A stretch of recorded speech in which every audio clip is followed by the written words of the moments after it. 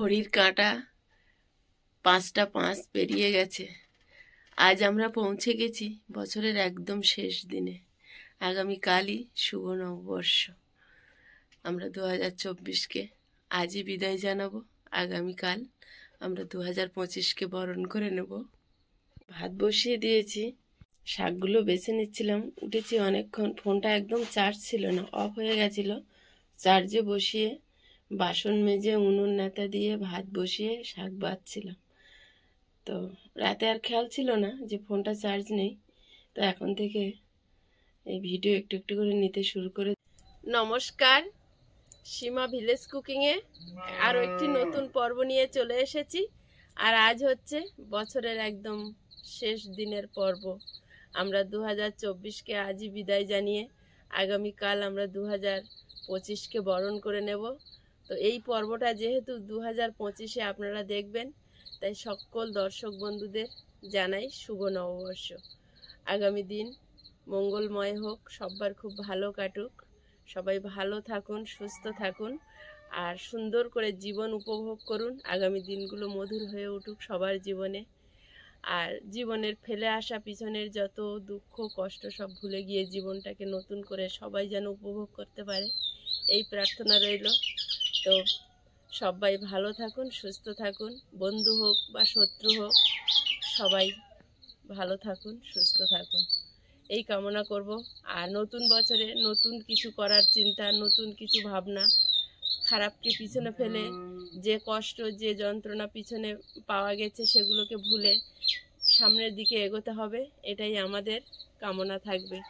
তো শুভ নববর্ষ আরও একবার সবাইকে। সবাই ভালো থাকুন, সুস্থ থাকুন আর পর্বটা দেখতে থাকুন। যারা নতুন দেখছেন প্লিজ চ্যানেলটি সাবস্ক্রাইব করে আমাদের বন্ধু হবেন। ভিডিওটি ভালো লাগলে লাইক কমেন্ট শেয়ার করে দেবেন, যাতে বেশি বেশি মানুষের কাছে পৌঁছে যায়। আর আমরা যে বাড়ি করছি নতুন বছরে যেন খুব শীঘ্রই আমাদের বাড়িটা হয়ে যায়, এই কামনা করি। তো আপনারা যেভাবে আমাদের বাড়ির জায়গা দেখানোর থেকে আমাদের পাশে আছেন আর বাড়ি তৈরি পর্যন্ত সবাই আগামী দিনেও সাপোর্ট করবেন। আর আরও একটা কথা, আগামীকাল হচ্ছে 1 জানুয়ারি। তো 1 জানুয়ারি আমি আমার এই কুকিং চ্যানেলটা স্টার্ট করেছিলাম, মানে আমার এই জার্নি শুরু হয়েছিল 2023-এ। তো এই 2 বছর পূর্ণ হচ্ছে আগামীকাল, মানে যেদিন আপনারা পর্বটা দেখছেন ওই দিনই। তো আগামীকাল আমার চ্যানেলের জন্মদিন, সীমা ভিলেজ কুকিংয়ের।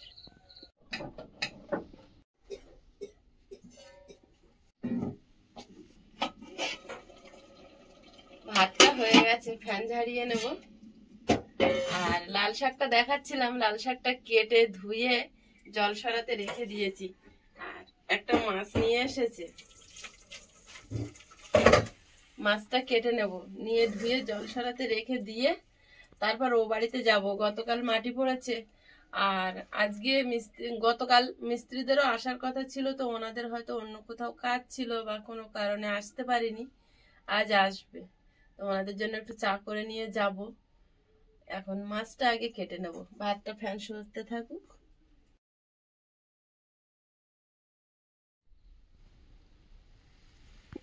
মাছ কাটার সময় হয় না বলে আগে একদিন কাটা পাঙ্গাস মাছ নিয়ে এসেছিল আর একদিন তেলাপিয়া মাছ।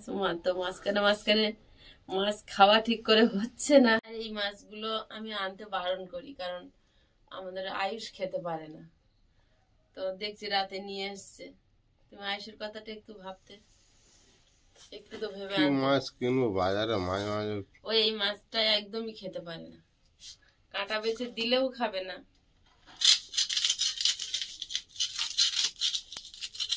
বাচ্চাটা সারাদিন কি দিয়ে খাবে?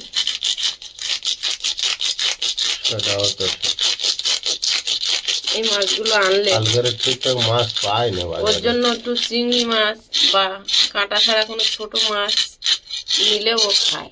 ওই মাছগুলো একদম পছন্দ করে না, দিলে পেটির দিকে একটুখানি খাবে, খেয়ে রেখে দেবে।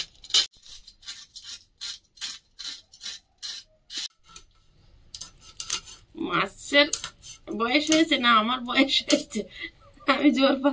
এখন এই ধরনের মাছ আনলে আমি এত তাড়াহুড়ো থাকে, দোকানদারদের বলবো একটু কেটে দিতে। তাই করতে হবে। তো ওরা কেটে দিলে সে তুমি উঠেছো কটা? আজ 4:30 না 4টে? আমি হ্যাঁ, আমি 4:20 উঠেছি, কিন্তু ক্যামেরা ধরেছি এখন 5টা বেজে গেছে, 5:10 দিকে, 10-15। মানে এই ঘরের কাজ পড়ে এত তাড়াহুড়ো থাকে, মাছটা কাটা খুব সময় হয়ে ওঠে না। এই শীতের সময় রাতে এইভাবে মাছ কাটছো, সেটাও তো একটা ব্যাপার। এখন প্রায় 6টা বেজে গেছে। ঠান্ডা আমি যখন ভিডিও শুরু করেছিলাম, তো প্রথম যেদিন ভিডিও শুরু করি সেদিন ছিল 1 জানুয়ারি, আর রবিবার পড়েছিল।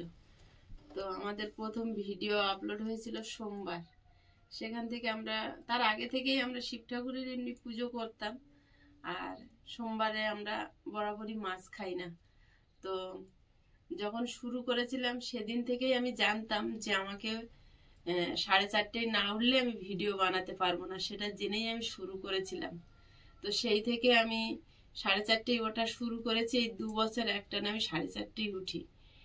আর ওখানে তখন ভিডিও বানাতাম, তখন কি হতো, এখান থেকে সব জিনিসপত্র বয়ে ওইখানে নিয়ে যেতে হতো। তো এখন একটু ওই কষ্টটা কমেছে, যেহেতু ঘরে ভিডিও বানাচ্ছি। বয়ে নিয়ে যাওয়ার পর আনাটা একটা, বয়ে নিয়ে যাওয়ার সময় তো আয়েশের বাবা থাকতো, আর রান্না হয়ে গেলে খেয়ে তো ওই পথ দিয়ে চলে যেত। আর তারপরে আমি সবগুলো তোমার নিয়ে আসতে হতো গুছিয়ে, আর আয়েশকে স্কুলে নিয়ে যাওয়া, ওখানে কিছু থাকলে কুকুর কাক চারিদিক থেকে আসতো। মানে এই সমস্যাগুলো পার করে করে আমরা 2 বছরের দোরগোড়ায় এসে দাঁড়িয়েছি। ওই লাইটটা এনে দাও তো, এই সাইডটা দি, নাহলে একটু অন্ধকার অন্ধকার হচ্ছে। বডি অন্ধকার লাগছে। হ্যাঁ, দাঁড়াও আনছি। একটা জ্বলেছে নাকি? আর একটা জ্বল, দুটো একসঙ্গে জ্বলছে না কেন? এইবার জ্বলেছে। আয়ুষ ভালো জানে। হ্যাঁ, আয়ুষ ভালো জানে। আয়ুষ আমার ওই দিনে রাতে দেখিয়ে দিচ্ছিল, এটাতে যখন মাঠে যাচ্ছিলাম। এটা আমি জানতাম এটা এইখানটা জ্বলে, এইখানটা। এবারে ও বলছে এইখানটা জ্বলে, বলছে সাদা আলো জ্বলে, লাল আলো জ্বলে।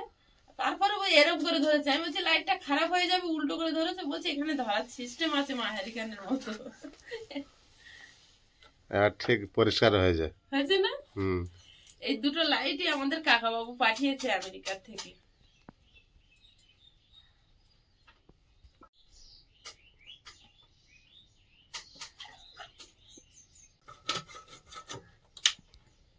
এবার বডি দেখা যাচ্ছে তো? হ্যাঁ, দেখা না গেলে আর কি।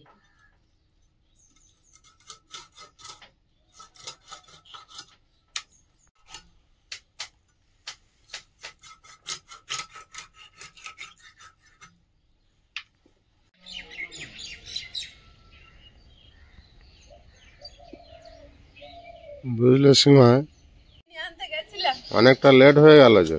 চিনি ছিল না, চা বসিয়ে দিয়ে দেখি চিনি নেই। চলো, আগের ওই ফুলটা ফের ফুটেছে সীমা। হ্যাঁ, কালকের একটা বড় ফুটেছিল, আইস তুলে আর মালতীর ঘাটে দিয়েছে।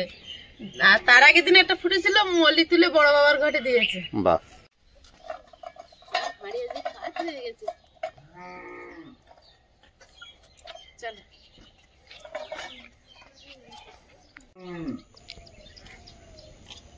বিস্কুট দাও তো।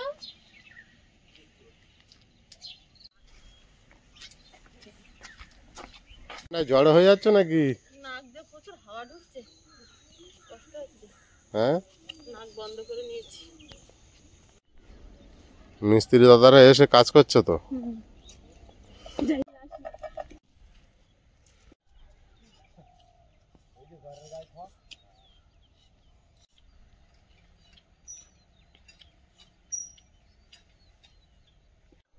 মাটি পড়া ঠিক হয়েছে? তুমি তো ছিলে না, আমি ওই বলেছি। মাটি ওইদিকে যাওয়া হয়েছে, ঠিক আছে। এখন তো দেখছি আরো মাটি ফেলতে লাগবে। মাটি ওয়াল এখনো ভর্তি হয়নি। মাটি ফেলা কি এক্ষুনি শেষ হবে? কিন্তু এখন আর মাটি নেওয়া যাবে না। আর এখানে একটা দেখছি তুলসী মন্দির করা যেটা বাড়িতে। মা কিন্তু ওটাই আগে বলেছিল। ওইটা কোথায় করবো ওটাই ভাবছি। তোমার পছন্দ কোন জায়গাটা হয়েছে দেখেছো? ওই তুমি দাঁড়িয়ে আছো, এরকম একটা জায়গায় রান্নাঘর হচ্ছে ওখানে, ঘরের দেওয়াল শেষ ওটাই, আর এখানে করলে আমি ওই পজিশনটা থাকবো, এখানেই করে দেবো বলতো। করে দিলে ভালো হতো নাকি? তাহলে আমাকে আরো কেন মাটি ফেলতে হতো এতটা, এর উপরে করবো না তো ও তো ঢাকা পড়ে যাবে। তাহলে একটা কাজ করতে হবে, ওই দিককার মাটি এনে উঁচু করে একটা ইয়ে তৈরি করে নিতে হবে। মাটি ফাটা টেনে, হ্যাঁ ঠিক আছে, অল্প কটা মাটি নিজে নিয়ে নিতে হবে। হ্যাঁ, কালকে ছুটি আছে, দেখি আবার আয়ুষকে বারবার দেবো। ছোট কাপ খাওয়া হয়ে যাবে, আবার দিয়ে দিলে হবে। ছোট ছোট কাপ হলো, 2-3 বার করে নেবে। বড় কাপ ভুলে রেখে এলাম, আর এখনো খাই না, খাবো একসঙ্গে। একসঙ্গে সবাই খাবে, ওই গণেদেরও ডাকো। হ্যাঁ ডাকছি, এই যে লোকটা সকাল ও গণেশ দা বলছি এসো।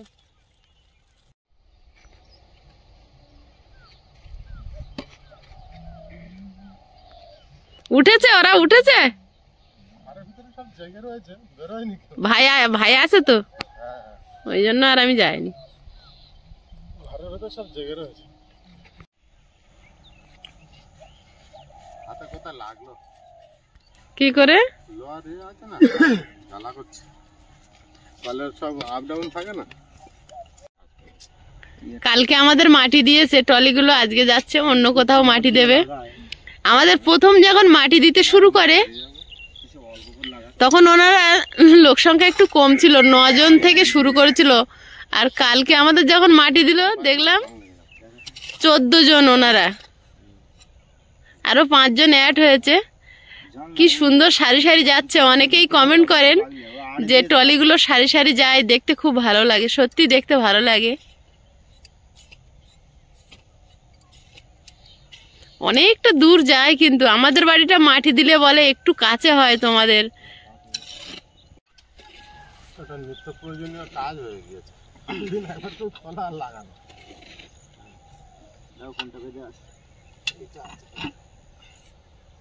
হয়েছে, এই এক্ষুনি গেছিল।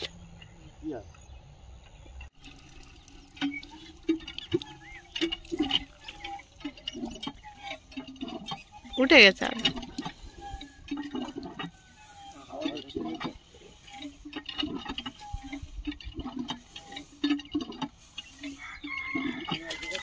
হাওয়া নিচ্ছে খসখস করে। ভিজিয়ে রাখতে বলেছিল।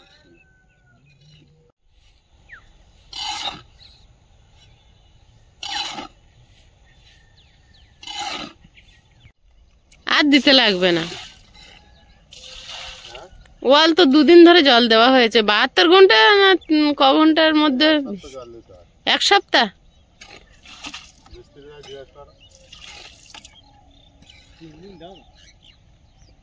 3 দিন হয়ে গেছে না? কালকে দিয়েছো তো।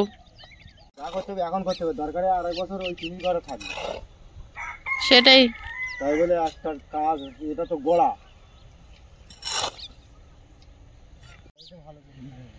ভুংবাং বলে কি কত মাছ,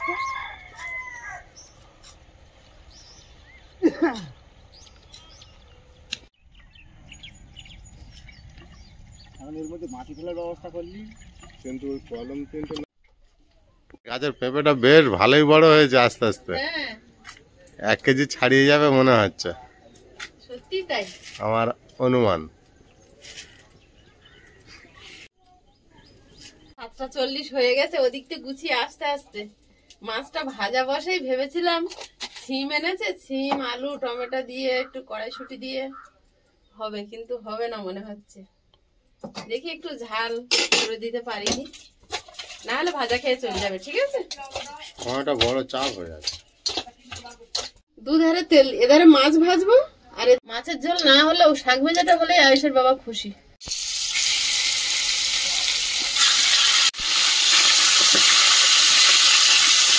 ভাজাটা বসিয়ে দেবো, খেতে পারে রসুন পেঁয়াজ থেকে চেরা কাঁচা লঙ্কা। রসুনটা ভালোভাবে ভেজেছি, পেঁয়াজটা কাঁচা লঙ্কাটা বেশি ভাজবো। সামান্য 1 চিমটি লবণ দেবো, শাকটা একদম কমে যাবে।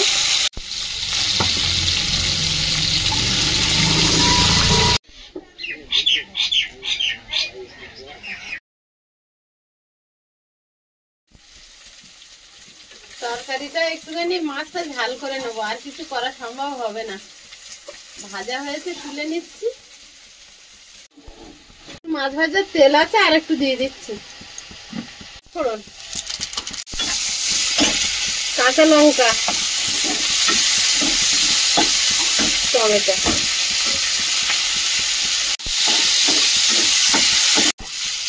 লবণ। টমেটো গুলো ছোট করা সময় হচ্ছে না, তখন আর করি। হলুদ গুঁড়ো বলে যাবে, এখন গোটা দিয়ে দেবো, গোটা দিয়ে দিই তো মনে হবে। জিরে গুঁড়ো, কড়াইশুঁটি, একটু ভালো করে ভেজে নিয়ে জল দেবো। একটু ভালোভাবে ভেজে নিয়েছি, আর টমেটোটা একটু গোটা গোটা থাক, বলা বলে জল দিয়ে দেবো।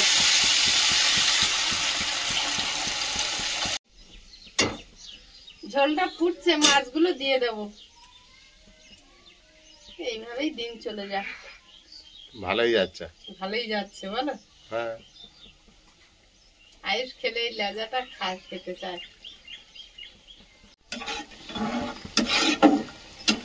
এই তো তাড়াতাড়ি করে হেভি রান্না করেছ, এই খেয়ে চলে যাবে। এখনই খেতে ইচ্ছা হচ্ছে, বসে খাও খাও, তুমি রেডি করো, আমি এখনই স্নান করে আসবো। যাও যাও। কড়াইশুঁটি আছে আর বাদ যায়।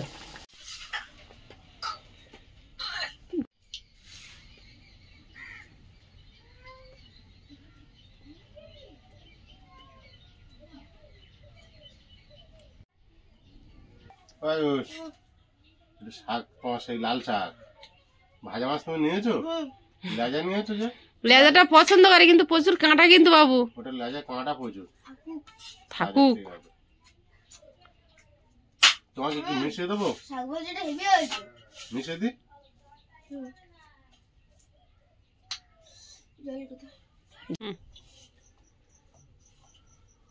থাকতে হেভি টেস্ট লেগেছে।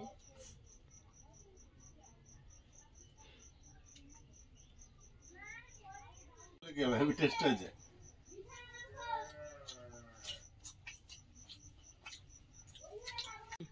শাকটা তো বাড়ির শাক, এই জন্য এত ভালো টেস্ট। ছোট ছোট দেখে বুঝতে পারি। বাড়িকে ভিজে দিতে পারিনি, এতে লঙ্কা আছে না, লঙ্কাতে সে শাকের মতন দেখতে কালার হয়ে গেছে। একটু সার কম আছে, ওই জন্য খুব ভালো। কিন্তু সেই লাল আর এখন হয় না শাক। আর হয় লালের থেকে সবুজ বেশি। আগে এরকম মিশলে ভাত পুরো লাল হয়ে যেত।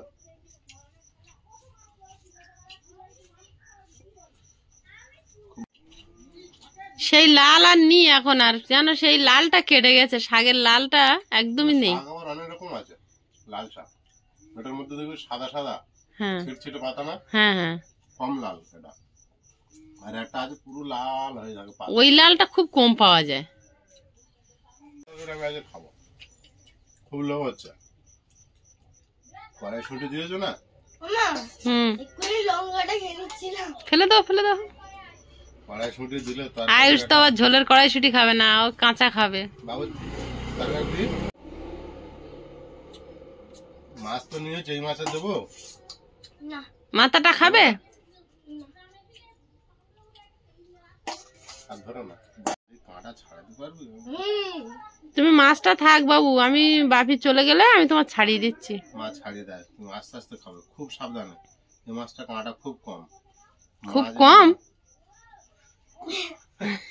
কে বললো তোমার? খুব কম বলতে খুব বেশি। খুব বেশি এনে সেখান থেকে বকা খাচ্ছে, বুঝলি বাবু? এবার কাঁটাটা কমিয়ে দিয়েছে। বাবুর টেস্ট কেমন ঝোলের? হেভি। আমি আনার থেকে বলছি, আমার আয়ুষ খেতে পারবে না। না টক না ঝাল। টক ঝাল। আর তুমি মিষ্টি, মিষ্টি হতেও খাই না। তুমি খেতে হবে না, তুমি নিজেই মিষ্টি, মিষ্টি বাচ্চা। হেভি টেস্ট হয়েছে মাছটা। তুমি তাড়াহুড়ো করে রান্না করলে কি হবে? হবে হয়েছে, তাই না? ও মাছের ঝোল খায়, কিন্তু প্লেন ঝোল, ওতে টমেটোর খোসা। তরকারি দেখে আমি তখন বললাম না মাছ তরকারি হেভি হবে।